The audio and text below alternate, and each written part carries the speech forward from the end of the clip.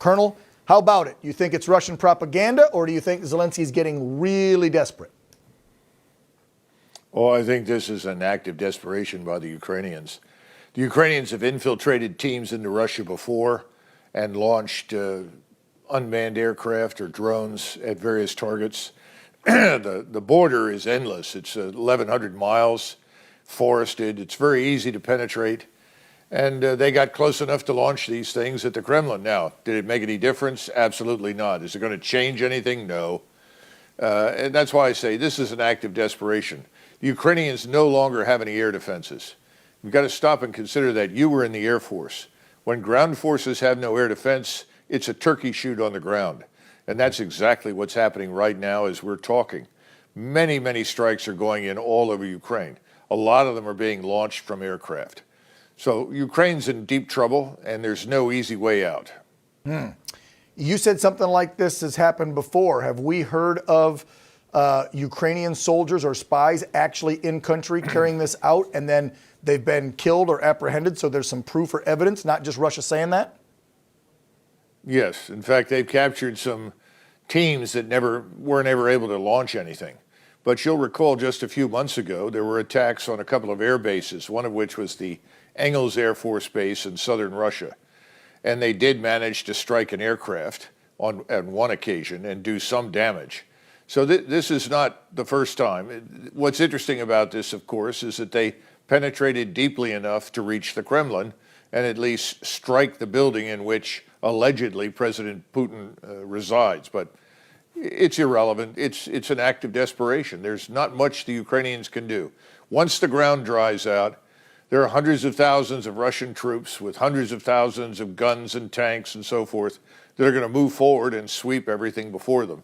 And I think Zelensky knows that. Where does that leave us? $118 billion price tag and counting. You have members of both sides of the aisle in the Senate and a couple in the House, obviously this White House, all saying we support Ukraine, we're defending Ukraine, we're going to keep sending money. But it sounds like from you and from others I've had on this program, it's a bottomless, empty pit because this war is going to go nowhere, even if we continue to throw billions of dollars at it. In 1967, General William Westmoreland went all over the country announcing imminent victory for U.S. forces in Vietnam. He insisted that the North Vietnamese were defeated, the communists were on the run, and we had, quote unquote, turned the corner. And LBJ stood by him and echoed that sentiment. Then in January of 1968, we got the Tet Offensive. We know the rest of the story. It brought down LBJ's administration.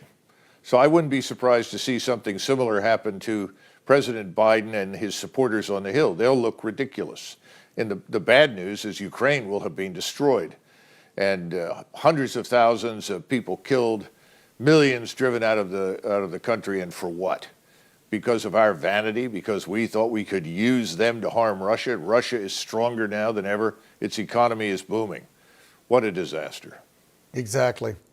And all those, like you said, innocent civilians, if Biden just would have forced these two to the bargaining table instead of continuing this war. But it does have to do with Russia in connection to China. And I think you and I may have spoken about this the last time you appeared on the program, and that's China trying to work with Pakistan and other nations over there to connect a railway so they can start shipping more goods and services and become more independent because, as you've said on the program, they lack a lot of food and certain supplies. And they also want to get their goods and products out to make more money. This is a good, a bad thing. I mean, China keeps getting bigger and bigger, and all we pay attention to these days under the Biden regime is Russia, instead of the main adversary we should be, China. Well, I think we need to pay attention to our own economic health, and that's where we've fallen down badly. We should be interested in competing economically with what the Chinese are doing. The Chinese walk into Africa or other countries, they come in with cash, they want to do business. They make it very clear they're not going to interfere in the internal affairs of these countries. They're just there to do business. And so the Chinese are welcome. We show up and we threaten everyone unless they adhere to whatever we say the standard is for political development. We're trying to tinker with everybody's business. That's a disaster. But in this particular case, this railroad has been under construction for a long time. And the Pakistanis were essentially given an ultimatum. You know, you've got to secure this railroad for us. in which case we'll run it all the way down to the Indian Ocean, which allows, as you pointed out, the Chinese to export through Pakistan, but at the same time also to bring in the natural resources that are available to the Pakistanis. But they were told, if you don't do this, then we'll go exclusively through Iran. And they've already discovered they can't go through Afghanistan for obvious reasons. It can't be secured. This is a problem they're going to confront all over the Eurasian continent. We have a huge advantage.